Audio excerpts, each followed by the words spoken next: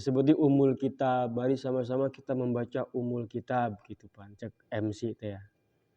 Disebut umul kitab Fatihah ya karena memang pembuka sebelum apa-apa ya itu dulu. Disebut di umul kitab, ummu eta dari amma ya ummu artinya indung. Maka bahasa Arab ngaran ibu teh adalah ummu, indung, induk sekarang. Induk itu yang orang tuh tertuju ke kadinya, nuturkeun kadinya, terhubung kadinya. Maka kita kan terhubungnya dengan ibu kita melalui tali pusarna. Maka disebut ibu itu disebut ummu. Ayeuna nyebutkeun ngaranna Fatihah teh sab'ul masani. Artinya 7 ayat yang diulang-ulang. Tiap rakaat dibaca. Makanya disebut diulang-ulang. Minimal 2 kali kan salat subuh. Sab'ul masani. Aya menyebutkeun ngaranna al-asas. Artinya pondasi.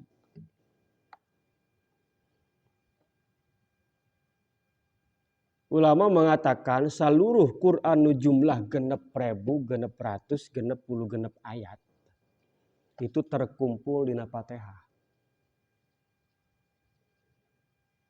Fatihah terkumpul di Bismillahirrahmanirrahim. Bismillah maknana kumpul di huruf ba na teh. Maka Fatihah itu disebut umul kitab karena seluruh isi Quran eta teh secara umum digambarkeun ku Fatihah teh.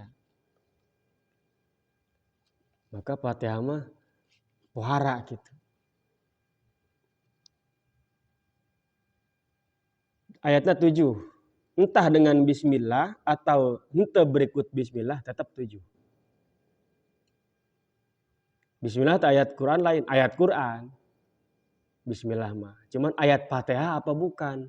Tergantung, ulama beda pendapat. Bismillah itu ayat Fatihah atau bukan. Tapi kalau ayat Quran jelas. Karena di Quran ayat di surat An-Naml kalau salah. Innahu min Sulaimana wa innahu bismillahirrahmanirrahim. Allah ta'lu alayya wa'tuni muslimin. Ayat bismillahirrahmanirrahim tah. Jadi berarti bismillah dikenal sejak zaman Nabi Sulaiman geus aya tah bismillah teh. Jadi sejak zaman dulu ada tuh bahasa bismillah itu.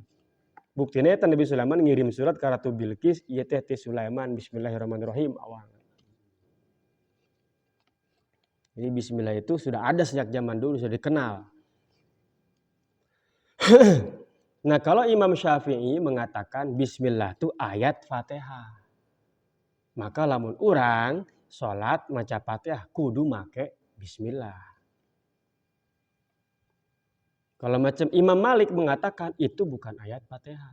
Ayat Fatihah itu pertamanya Alhamdulillahirabbil alamin. Tapi tetap 7. 7 di mana? Alhamdulillahirabbil alamin, Arrahmanirrahim, Malik yaumiddin, iyyaka na'budu wa iyyaka nasta'in, ihdinas siratal mustaqim, siratal ladzina an'amta 'alaihim. Sakitu tah. Saayat eta. Ghairil maghdubi 'alaihim waladdallin. 7. Kalau Imam Syafi'i kan bismillah nu kahiji, nu tadi nu terakhir teh tadi dijieun hiji, ghairil maghdubi 'alaihim waladdallin eta hiji.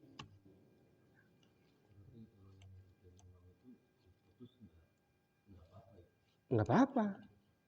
Memang di madzhab di yang mengatakan Fatihah 7 dengan bismillah juga enggak apa-apa, berhenti ada yang mengatakan ghairil maghdubi 'alaihim siratal ladzina an'amta 'alaihim, itu berhenti, diperbolehkan di situ, memperbolehkan berhenti karena ada mazhab Imam Malik yang mengatakan itu ayat di situ. Meskipun orang bagusnya tetap lanjut, menulis itu kuat berhenti di situ. Tanpa harus mengulang dari awal lagi karena ada dalam mazhab Imam Malik yang mengatakan itu justru ayat di situ tuh. Jadi orang mau mazhab Imam Syafi'i 7 ayatnya berikut bismillah. Mendiartikan bismillah baipan dengan menyebut nama Allah gitu lin. Moal kaharti kurang tiba-tiba aya dengan pasti kudu aya samemehna aya bahasa naon. Moal aya dengan Herman. Naon maksudna dengan Herman teh kan kudu aya hareupna. Saya tanya ke si Mas, bagaimana kabarnya Mas? Jawabnya apa Mas? Bagaimana kabarnya? Alhamdulillah sehat gitu kan? Atau bagaimana kabarnya? Baik. Nyana ujug-ujug ngomong baik bae. Kan?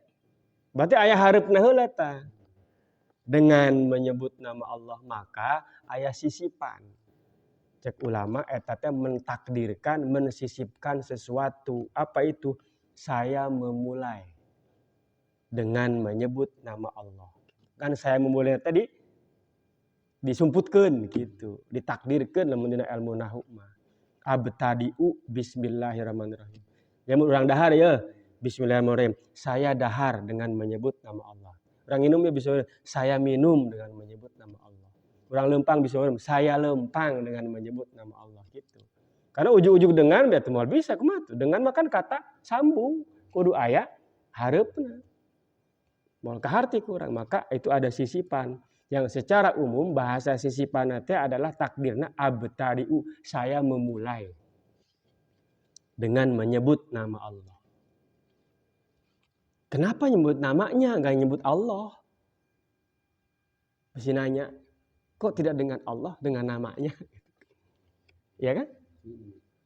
Kunaon dengan ngaranna lain dengan Allah nah. Cik ulama isim didinya lapad ismi atau artina ngaran menyebut nama. Itu ada yang mengatakan itu adalah huruf tambahan hanya sebagai penguat. Penguat bahwa saya ini benar-benar memulai sesuatu dengan dibarengan ku Allah gitu. Allahna dibawa ku urang. Atau begini, tujuannya lapad ismi di situ. Kita kan kenal ada bandara namanya Soekarno-Hatta. Aya utah jelema ngaran Soekarno-Hatta baheula.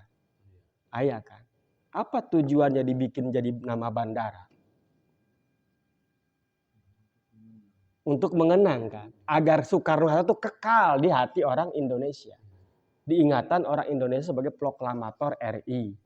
Maka namanya itu diabadikan, dikekalkan menjadi nama sebuah bandara. Kayak ngaran jalan Kiai Haji Ahmad Dahlan jalan, Ahmad Yani dan lain-lain. Mengekalkan. Supaya naon maksudna tah mengekalkan teh? Supaya apa yang kita kerjakan ini kekal sampai ke akhirat kapanggih. Tadahar urang teh kapanggih nepikeun ke akhirat ganjarana. Nginum urang kapanggih nepikeun ke akhirat ganjarana. Kulantaran aya bismillahan. Ngaji urang, sholat urang, puasa, apapun yang kita lakukan yang sifatnya baik supaya kekal. Banyak orang yang punya karya tapi untuk dikenang deui. Tidak sedikit. Orang yang punya karya tapi tidak dikenal lagi karyanya.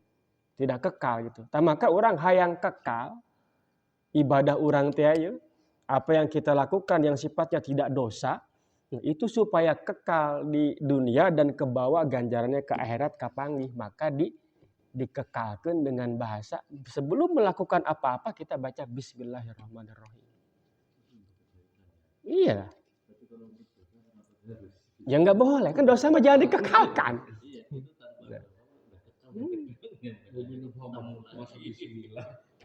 Makanya bismillah itu tidak dianjurkan atau bahkan haram secara fikih mengucapkan bismillah ketika mau melakukan sesuatu yang haram. Karena apa? Ya tidak pantas ongkoh. Tidak pantas.